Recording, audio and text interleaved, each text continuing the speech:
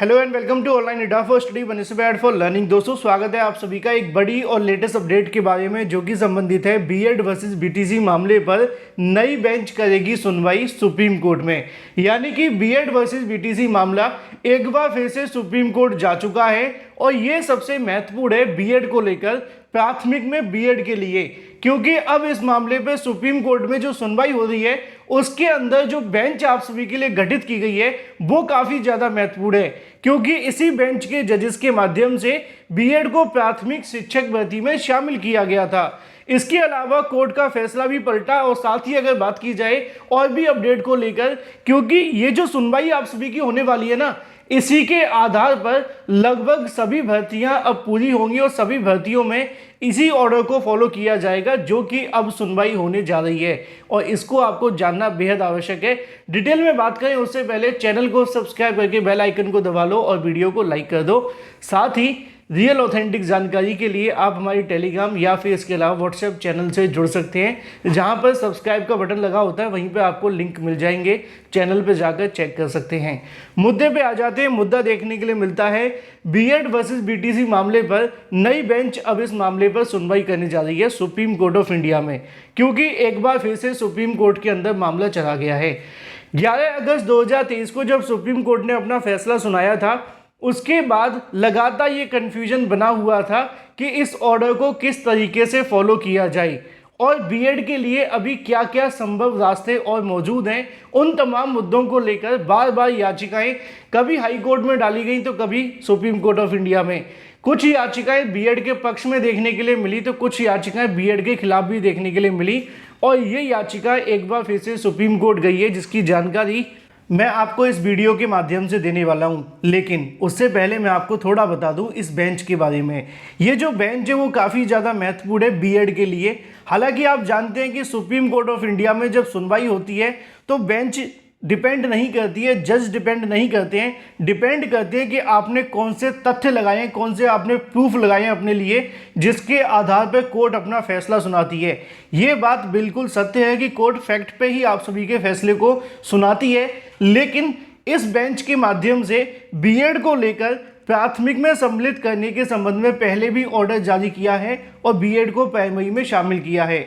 BEd के खिलाफ जारी किए गए कोर्ट के फैसले को भी इसी बेंच के माध्यम से और इसी जजेस हैं उनकी तरफ से पलटा भी गया है। पहले मैं आप सभी को जानकारी यहाँ पे दे दूँ, आपको देखने के लिए मिलेंगे। यहाँ पे आप सभी के सामने देखने के लिए मिल जाता है याचिका का नंबर, जिसको आप सभी अपनी स्क्रीन पर देख पा रहे हैं। इस याचिका की सुनवाई होने वाली है 9/10/2023 को, यानी कि 9 अक्टूबर 2023 को इस मामले पर सुनवाई होगी। ये याचिका दाखिल की गई है the state of Bihar versus teacher association. इस याचिका पर सुनवाई करने के लिए जो जजेस आप सभी के लिए गठित किए गए हैं वो यहाँ पे आप सभी को देखने के लिए मिलते हैं, A.S. बोपन्ना और मिस्टर M.M. सुरेंद्र जी, ठीक है। लेकिन ये जो बोपन्ना जी जस्टिस आप सभी देख पाए ये वही हैं जिन्होंने बीएड को प्राइमरी में सम्मिलित किया था। मैं आपको डिटेल में दिखाऊंगा, पहले आप यहाँ पे देख लो। तो इस मामले की सुनवाई कब होने वाली है? 9 अक्टूबर 2023 को ये जजेस इस मामले पर सुनवाई करेंगे। कोर्ट नंबर 7 में सुनवाई होगी। 10:30 बजे से मामलों की सुनवाई शुरू हो जाएगी। लेकिन आपका मामला कितने नंबर पर लगा है उसकी जानकारी आपको इसी में जब नीचे जाएंगे तो आपको देखने के लिए मिलेगी। 32वें नंबर पर आप सभी का केस लगा हुआ है the state of Bihar and teacher association, जो कि आप सभी जानते हैं कि बीटीसी या डीएलएड के खिलाफ आप कह सकते हैं। अब इस मामले पर सुनवाई होने वाली है 9 अक्टूबर को। कॉज लिस्ट यहाँ से जारी कर दी गई है, सब कुछ तय है। अब 10:30 बजे से सुनवाई शुरू होगी तो निश्चित तौर पर 12-1 बजे तक सुनवाई हो जानी चाहिए, अगर किसी केस में ज़्यादा समय नहीं लगता है तो। लेकिन अगर आपको नहीं पता तो मैं आपको बता दूं कि बिहार सरकार के माध्यम से बीएड को प्राइमरी में शामिल करने के लिए एक याचिका दाखिल की गई है सुप्रीम कोर्ट ऑफ इंडिया में, जिसकी सुनवाई को लेकर अब इस पर नई बेंच सुनवाई करेगी। ये वही बेंच है जिनके माध्यम से बीएड को प्राइमरी में सम्मिलित किया गया था और वो आपको देखने के लिए मिला था छत्तीसगढ़ के अंदर। छत्तीसगढ़ में हाईकोर्ट की तरफ से बीएड करने वाले अभ्यर्थियों को बाहर कर दिया था। लेकिन जब बीएड करने वाले अभ्यर्थी सुप्रीम कोर्ट में जाते हैं और मांग करते हैं कि बीएड को भी यहाँ पे आदेश दिया जाए प्राइमरी में बैठने का, उनको नियुक्ति पत्र दिए जाए, तो सुप्रीम कोर्ट की इसी बेंच के माध्यम से बीएड से संबंधित उस कोर्ट के फैसले को पलट दिया गया और बीएड को प्राइमरी में सम्मिलित कर लिया। अभी भी उसी ऑर्डर के आधार पर छत्तीसगढ़ के अंदर छात्रों को नियुक्ति पत्र भी दिए गए हैं। अगर आपने मेरा पुराना वीडियो देखा होगा तो उसमें मैंने आप सभी को दिखाया भी था कि बीएड करने वाले अभ्यर्थियों को छत्तीसगढ़ के अंदर नियुक्ति पत्र दिए गए थे और ये जो नियुक्ति पत्र मिले थे वो इसी बेंच के आधार पर दिए गए ऑर्डर पर डिपेंड है। अभी आप जानते हैं कि छत्तीसगढ़ में फाइनल जजमेंट अभी नहीं आया है, वहां पे सिर्फ अंतरिम आदेश दिया गया यानी कि इंटीरिम रिलीफ। जब तक कोई फाइनल जजमेंट नहीं आ जाता तब तक इनके जो नियुक्ति पत्र हैं वो यहाँ पूरे तरीके से वैलिड हैं। बाद में अगर कोई फाइनल जजमेंट में बीएड के खिलाफ ऑर्डर आता है तो यहाँ पे इनकी नौकरी पर संकट आ सकता है, लेकिन वो बाद में डिसाइड होगा। लेकिन मुद्दे की बात अभी क्या है वो ये कि इसी सुप्रीम कोर्ट की जजेस के माध्यम से दिए गए ऑर्डर के आधार पर बीएड करने वाले अभ्यर्थियों को प्राथमिक में सम्मिलित किया गया, बल्कि उनको नियुक्ति पत्र तक दे दिए गए। तो ये बात तो बिल्कुल ठीक है कि जहाँ पे सुनवाई होने वाली है वो बेंच कहीं ना कहीं बीएड के लिए पहले भी ऑर्डर दे चुकी है, लेकिन क्या इस मामले पे बीएड को लेकर फिर से ऑर्डर देगी? तो संभावना कह सकते हैं, उम्मीद भी कर सकते हैं, क्योंकि आप जानते हैं जब मामले न्यायालय में होते हैं तो दावे और वादे तो हो नहीं सकते।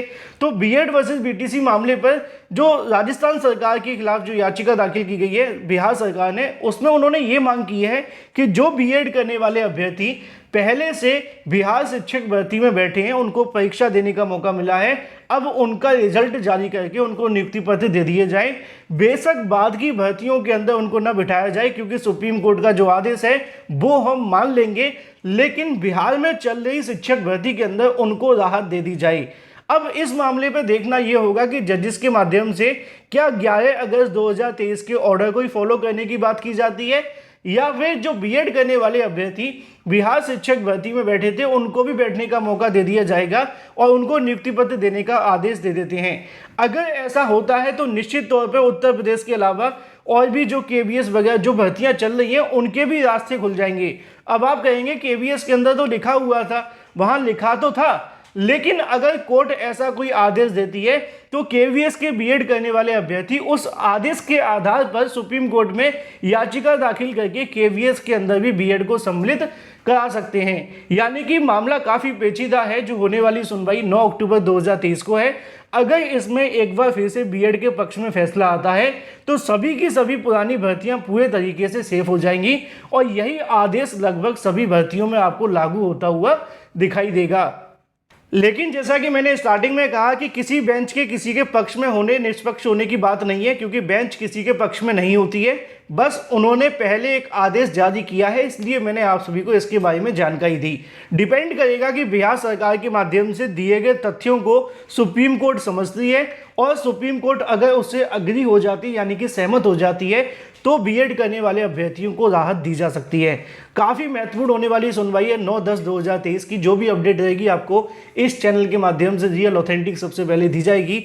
चैनल को सब्सक्राइब करके बेल आइकन को दबा लें और वीडियो को लाइक कर दें। Thank you for watching this video.